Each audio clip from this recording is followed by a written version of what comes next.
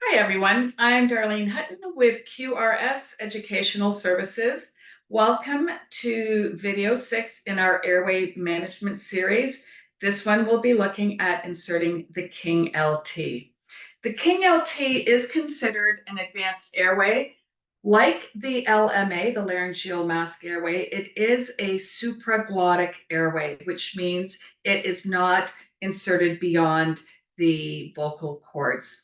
In that way, the benefit is that you will not need a laryngoscope to view the vocal cords, and it is relatively a simple procedure.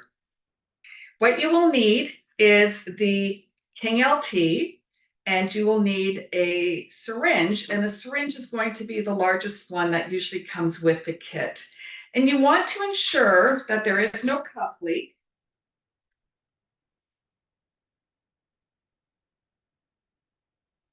And you see that both balloons are opened at the same time, and ensure that it is deflated before you put it in. Now, a note about the King LT, most of you in hospital settings will not see this. I have found in my travels that most of you do not have this as your secondary type of advanced airway. It's the endotracheal tube is the first choice, and then an LMA as the second choice. But where you will see a King LT quite frequently is if you work in the emerge department.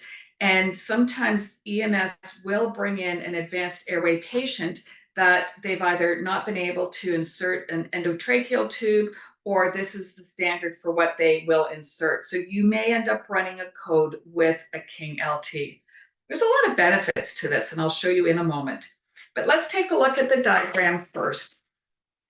You are going to just blindly insert it, and when you meet resistance, you're going to stop because the tip has entered into the esophagus. You will then inflate, and both balloons will open up simultaneously. When you attach your the ambu bag, the air will be coming out from this port right here, going up the trachea into the lungs. The real neat thing about a combi tube is that there is a second entrance, a second port. There's a separate tube in here. And for demonstration purposes only, I'm going to take this white tube so that you can see on the video what is happening. But in essence, you would be putting an NG tube in here, and you can also deliver NG suctioning while maintaining positive pressure ventilation. So you can see the tube going in,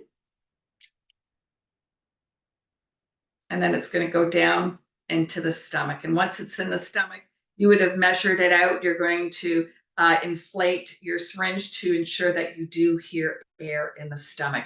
So let's put that into practice. Make sure that it is well lubricated. The sizing for this is based on the patient's height. So this is a size 4 for a height between 5 and 6 feet. So well lubricated. Put it in. Good, we meet resistance. You're going to inflate. You don't have to hang on. It will possibly move a little bit as the cuff is being inflated. Soft grape is the secret. Make sure you disconnect. We will take the mask off of the ambu bag and ensure that the filter and the ambu bag are connected. And now we will do our 5-point check. One breath over the stomach to make sure, or one breath to ensure that there is no air going into the stomach. And then we are going to do 2 breaths to ensure bilateral and equal air entry on the anterior.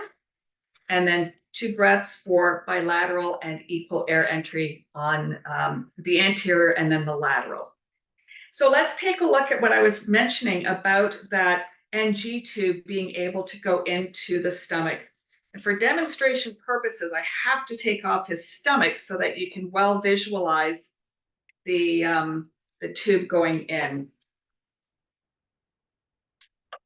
Okay. So I'm going to go into the back entrance.